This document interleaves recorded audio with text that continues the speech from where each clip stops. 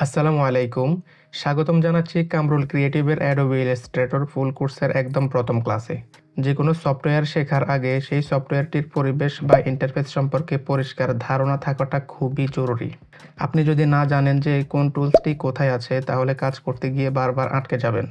তাই আজকের ক্লাসে আমরা দেখব কিভাবে ইলাস্ট্রেটর ওপেন করতে হয়, হোম স্ক্রিন কী এবং ওয়ার্ক স্পেসের কোথায় কী থাকে। তো চলুন সরাসরি মূল ভিডিওতে চলে যাই।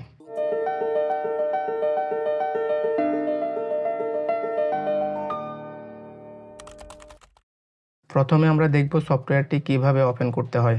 আপনার পিসিতে যদি ইলাস্ট্রেটর ইনস্টল করা থাকে, তাহলে নিচে স্টার্ট মেনুতে ক্লিক করুন। স্টার্ট মেনুতে ক্লিক করার পর এখানে আমরা আমাদের কম্পিউটারের যাবতীয় সকল সফটওয়্যারগুলো এখানে পেয়ে যাব। তো এখানে সফটওয়্যারগুলো ইংরেজি লেটার ওয়াইজ সাজানো থাকে, যেমন এখানে ABCD আকারে থাকে। তো এখানে এর মধ্যে আমরা দেখতে পাচ্ছি অ্যাডোবি ইলাস্ট্রেটর। এটিকে আমরা এখান থেকে ক্লিক করে ওপেন করতে পারি। এছাড়াও আমরা অ্যাডোবি ইলাস্ট্রেটরকে আরও কয়েকটিভাবে ওপেন করতে পারি, যেমন টাস্কবারের মধ্যে এখানে এই আইকনে ক্লিক করলে আমাদের অ্যাডোবি ইলাস্ট্রেটরটি ওপেন হয়ে যাবে। অথবা আমরা এখানে আমাদের ডেস্কটপের স্ক্রিনে যে অ্যাডোবি ইলাস্ট্রেটরের লোগোটি দেখতে পাচ্ছি, এখানে রাইটে ক্লিক করে ওপেনে ক্লিক করলে ওপেন হয়ে যাবে, অথবা লেফটে ডাবল ক্লিক করলে এটি ওপেন হয়ে যাবে। আবার আমরা স্টার্ট মেনুতে চলে গেলে এখান থেকে আমরা স্টার্টের মধ্যে অ্যাডোবি ইলাস্ট্রেটর দেখতে পাচ্ছি, এখানে ক্লিক করলে এটি ওপেন হয়ে যাবে। তো প্রাথমিক অবস্থাতে আমাদের অ্যাডোবি ইলাস্ট্রেটরটি এখানে এখানে এবং এখানে স্টার্ট মেনুতে থাকবে না। তো এই তিন জায়গায় আমরা অ্যাডোবি ইলাস্ট্রেটর অ্যাপটিকে কীভাবে নিয়ে আসবো, সেজন্য আমরা প্রথমে এগুলোকে ডিলিট করে দিই। সব জায়গা থেকে অ্যাডোবি ইলাস্ট্রেটরটিকে রিমুভ করে দিলাম। এখন আমরা এখানে চলে যাব স্টার্ট থেকে আমরা অ্যাডোবি ইলাস্ট্রেটর এখানে রাইটে ক্লিক করব। ক্লিক করার পর আমরা এখানে যদি পিন টু স্টার্টে ক্লিক করি, তাহলে আমাদের এখানে স্টার্টে অ্যাপসটি চলে আসবে। আবার আমরা যদি এখানে রাইটে ক্লিক করে আমরা এখান থেকে মোর অপশনে গিয়ে পিন টু টাস্ক বার দেই, তাহলে আমাদের অ্যাপটি এখানে টাস্ক বারে চলে আসবে। আবার আমরা এখানে স্টার্ট মেনু থেকে অ্যাপসটিকে এভাবে টেনে আমাদের ডেস্কটপের মধ্যে নিয়ে আসতে পারবো। তো এটিকে আমরা এখানে রেখে দিলাম। এখন আমরা অ্যাডোবি ইলাস্ট্রেটরটিকে যে কোনো জায়গা থেকে ওপেন করতে পারি। তো ওপেন করার সবথেকে সহজ ওয়ে হচ্ছে টাস্ক বার। আমরা এখানে একটি ক্লিক করলেই এটি ওপেন হয়ে যাবে। তো এখান থেকে আমরা এটিকে যদি আবার রিমুভ করতে চাই, আমরা এখানে রাইটে ক্লিক করে আনপিন ফ্রম টাস্ক বারে ক্লিক করলে এটি এখান থেকে রিমুভ হয়ে যাবে। আবার এখান থেকে ডিলিট করতে চাইলে রাইটে ক্লিক করে ডিলিটে দিব, এটি ডিলিট হয়ে যাবে। আবার স্টার্ট থেকে রিমুভ করতে চাইলে আমরা এখানে রাইটে ক্লিক করে আনপিন ফ্রম স্টার্টে ক্লিক করব, এটি রিমুভ হয়ে যাবে। আবার আমরা আরও একটিভাবে অ্যাপসটিকে ওপেন করতে পারি। আমরা এখানে সার্চ বারে গিয়ে লিখে সার্চ করব ইলাস্ট্রেটর লিখে সার্চ করার পর আমাদের এখানে অ্যাডোবি ইলাস্ট্রেটরের আইকনটি চলে আসবে। এখানে আমরা একটি ক্লিক করলে আমাদের এইটা ওপেন হয়ে যাবে। অ্যাডোবি ইলাস্ট্রেটর অ্যাপসটি ওপেন হচ্ছে। সফটওয়্যারটি ওপেন হওয়ার পর আমরা প্রথমেই যে স্ক্রিনটি দেখতে পাচ্ছি, এটিকে বলা হয় হোম স্ক্রিন বা ওয়েলকাম স্ক্রিন। এখানে লক্ষ্য করুন, বাম পাশে ক্রিয়েট নিউ এবং ওপেন নামে দুইটি বাটন আছে। নতুন কাজ শুরু করতে ক্রিয়েট নিউ এবং আগের সেভ করা ফাইল খুলতে ওপেন ব্যবহার করা হয়।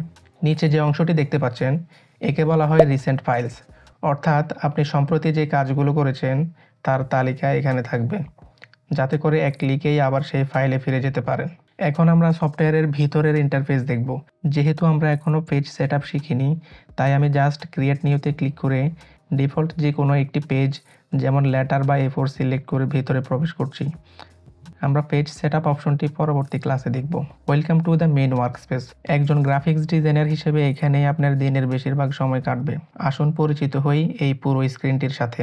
আমরা ইন্টারফেসটিকে 5টি প্রধান ভাগে ভাগ করতে পারি। মেনু বার, একদম উপরে যে লাইনটি দেখছেন, ফাইল, এডিট, অবজেক্ট, টাইপ ইত্যাদি, একে বলা হয় মেনু বার। সফটওয়্যারের যাবতীয় কমান্ড এখান থেকেই কন্ট্রোল করা হয়। কন্ট্রোল বার, মেনু বারের ঠিক নিচেই থাকে কন্ট্রোল বার। যদি আপনার পিসিতে কন্ট্রোল বারটি না থাকে, তাহলে সেটি কিভাবে নিয়ে আসবেন আমি দেখিয়ে দিচ্ছি। আমরা প্রথমে এটিকে রিমুভ করে দিব, আবার নিয়ে আসব। তো আমরা এখানে উইন্ডোতে চলে যাব। উইন্ডো থেকে আমরা কন্ট্রোলের পাশে ক্লিক করলে আমার কন্ট্রোল বারটি চলে যাবে। আবার উইন্ডোতে চলে যাব, এখানে কন্ট্রোলের মধ্যে ক্লিক করব, আমাদের কন্ট্রোল বারটি চলে আসবে। আমরা যখন যে টুলস বা অবজেক্ট নিয়ে কাজ করব, সেই অনুযায়ী এই ভারের অপশনগুলো পরিবর্তন হবে। এটি কাজকে অনেক দ্রুত করে দেয়। টুল বার, বাম পাশে লম্বা যে বক্সটি দেখছেন, এটিই হলো ইলাস্ট্রেটরের সবচেয়ে গুরুত্বপূর্ণ অংশ, টুল বার। সৈনিকের যেমন অস্ত্র লাগে, ডিজাইনারের তেমনি টুলস লাগে। এখানে সব টুলস সাজানো আছে। উপরে দুটি তীরের মতো আইকনে ক্লিক করে এটিকে এক লাইন বা 2 লাইনে সাজানো যায়। প্যানেল ডক, ডান পাশে যে আইকনগুলো দেখছেন প্রপার্টিজ, লেয়ার, কালার, এগুলোকে বলা হয় প্যানেলস। এগুলো আমাদের কাজের সময় বিভিন্ন এক্সট্রা সুবিধা দেয়, যেমন লেয়ার মেনটেন করা বা কালার ঠিক করা। আপনি চাইলে এগুলোকে টেনে বের করতে পারেন, আবার জায়গা মতো বসিয়েও দিতে পারেন।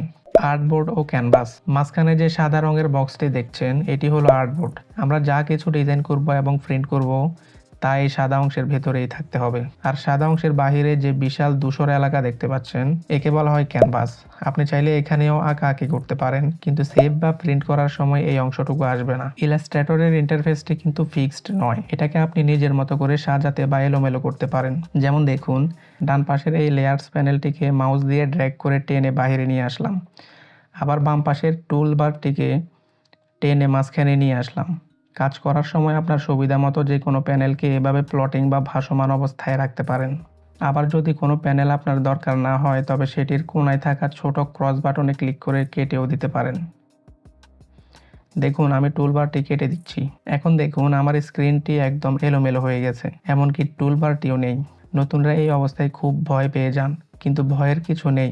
ইলাস্ট্রেটরের একটি ম্যাজিক বাটন আছে। এটি ঠিক করার জন্য আমরা উপরের ডান দিকের কোনায় সুইচ ওয়ার্ক স্পেস আইকনটিতে ক্লিক করব, অথবা মেনু বারের উইন্ডো থেকে ওয়ার্ক স্পেসে যাব। এখানে দেখুন এসেনশিয়াল ক্লাসিক সিলেক্ট করা আছে।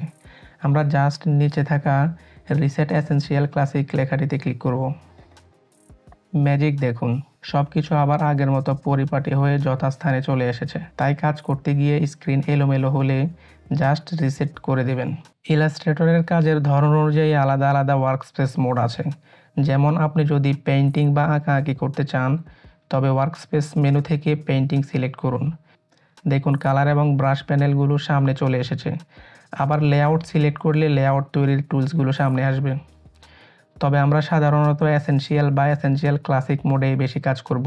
আপনি চাইলে নিজের মতো প্যানেল সাজিয়ে নিউ ওয়ার্কস্পেসে ক্লিক করে নিজের নাম দিয়েও একটি ওয়ার্কস্পেস সেভ করে রাখতে পারেন। এখন যদি আমরা নিজের নামে একটি ওয়ার্কস্পেস তৈরি করতে চাই তো আমরা আমাদের নিজের মতো করে টুলস এবং প্যানেলগুলোকে প্রথমে সাজিয়ে নেব।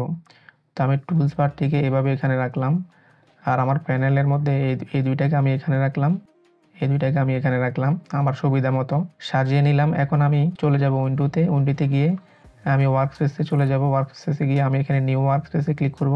এখানে আমি দিলাম নিউ লিখে আমি এটাকে নিউ 1 লিখে ওকে দিয়ে দিলাম। ওকে দেওয়ার পর আমরা উইন্ডোতে চলে যাব।